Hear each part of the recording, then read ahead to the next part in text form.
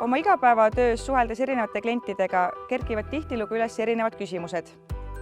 Kuidas valmistada pritsimislaust nii, et tooteid ei läheks tükki, et ei tekiks pritsipihustite ummistusi ning milline ikkagi on see õige järjekord, kuidas lisada tooted paagisegusse? 3 põhiviga, mis tehakse, on liiga külma vee kasutamine, toodete vale segamise järjekord ja segisti mitte kasutamine pitsimisel, mis tegelikult liigituvad kõik kiirustamise alla.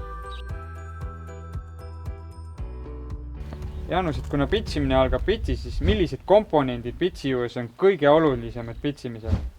Kõige olulisemad komponendid pritsimise juures, kui me räägime segudest ja räägime ummistumistest, on pumba tootlikkus ja just selle sama sissesegamisnõu suutlikkus, aga kindlasti ka mahutis olevate segamispihustite üldse olemasolu ja arv ja töö, et pritsimise ajal oleks tagatud piisav segamine. Mis sina arvad, kust me peaksime selle vee võtma, kas me peaksime ta võtma veekogust või peaksime võtma pumbamajast? Kui te võtate pumbamajast vett ja just puukaust vett, siis tuleks jälgida temperatuuri. Kohe otse võttes näiteks pumbajaamast pitsi võttes vett on veetemperatuur 2-3 kraadi. Ja üldjuhul on pumbamajast võetud veed põhjaveed, mis on suure karedusega. Ja see kindlasti kohe pärsib erinevate toimeainete lahustumist ja paagisegudes sademe teket. Kui te kasutate pumbamaja vett ja te näete, et seal on liiv, siis te peaksite kasutama vahereservuaari, mida tegelikult ju väga palju kasutataksegi ja selle vahereservuaari kasutamisega tegelikult saame ka selle sinu mainitud probleemist ehk siis veetemperatuurist nii-öelda lahti, sest selles veereservuaaris see vesi siis seisab ja soojeneb samal ajal ka settib. Aga kui me imeksime või võtaksime vee näiteks veekogust, mis probleeme sa veekogudes näed? Veekogudes on kindlasti probleemiks orgaanikasisaldus. Et mida rohkem orgaanikat satub pitsi vette, mida tumedam on see vesi ja te kaotate kohe toime efektiivsusest toodetele. Või oskad sa öelda, kas üldse täna vett tohib imeda veekogust?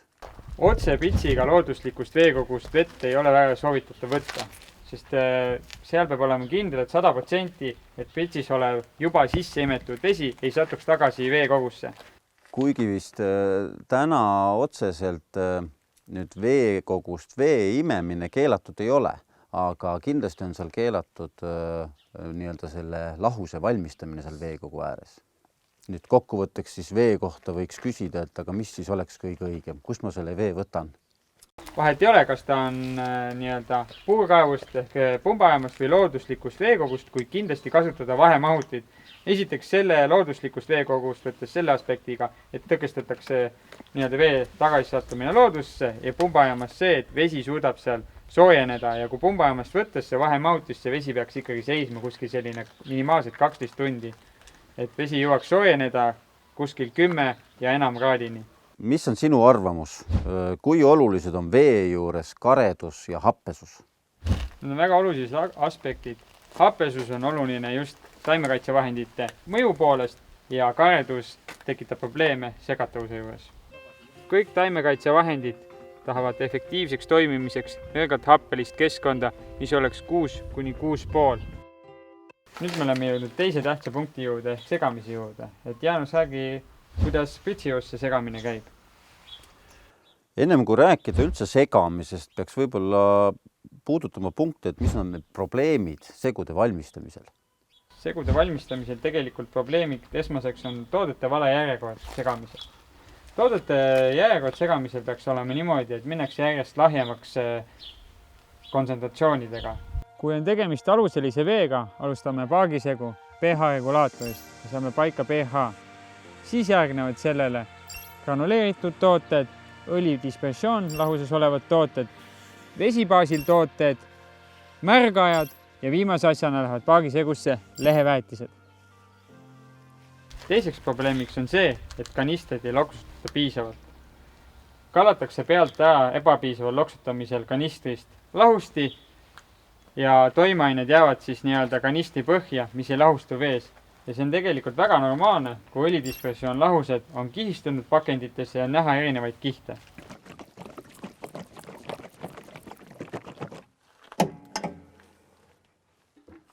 Millest siis koosneb üks selline tänapäevane kaasaegne sissesegamisnõu.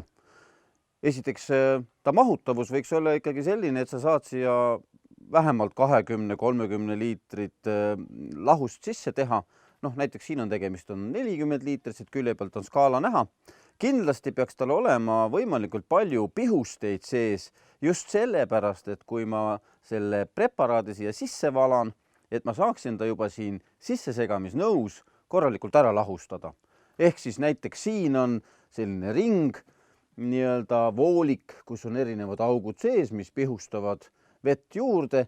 Siis on siin põhjas üks pihusti, mis on tegelikult äärmiselt oluline, kui me lahustame sisse pulbrilisi, on ta siis leheväetis või ka grammpreparaat. Ka grammpreparaadi juures on alati äärmiselt oluline, et ta lahustuks ära juba siin nõus, et see lahustumine ei toimuks sellel grammpreparaadil kuskil voolikutes või filtris.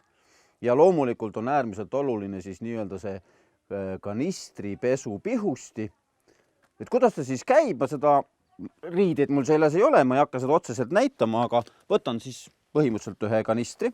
Raputan ta korralikult läbi, keeran punni pealt ära. Tavaliselt on väga paljudel kanistritel on siin all veel siis omakorda selline kaitse, et ma pean selle punni teistpidi pöörama ja selle kaitsme ka ära eraldama. Ja siis, mis on väga oluline, võtan ära ka, ma kutsun seda punni sõrmuseks, sest muidu see sõrmus satub siia sissesegamisnõusse ja halbade juhuste kokkusattumisel isegi kuhugi filtritesse ja nii edasi. Kõik olen ära võtnud, ma saan kallata selle preparaadi siia sisse. Mida ma kindlasti soovitan on see, et mitte lihtsalt, et ma valan ta siia sissesegamisnõusse, vähemalt peaks olema siia lisatud juba teatud kogus vett, näiteks 10 liitrit, mis tähendab lisatud, imetud siis taimekaitsepritsist või mis kõige parem, kui taimekaitsepritsil on olemas lahendus, et vedelik tsirkuleerib. Ehk siis ma panen siit pihustitest vee jooksma ja samal ajal imen ka alt ära. Siis ma kallan selle taimekaitsevahendi siia sisse, kõik seguneb korralikult ja lõpuks, kui ma olen kanistri tühjaks valanud, siis ma pööran ta tagurpidi, panen siia peale, vajutan alla ja pesen ka kanistri ära. Ja niimoodi siis järk-järgult, nii kui Kaarel juba ütles, õiges järjekorras lahustan ära kõik preparaadid.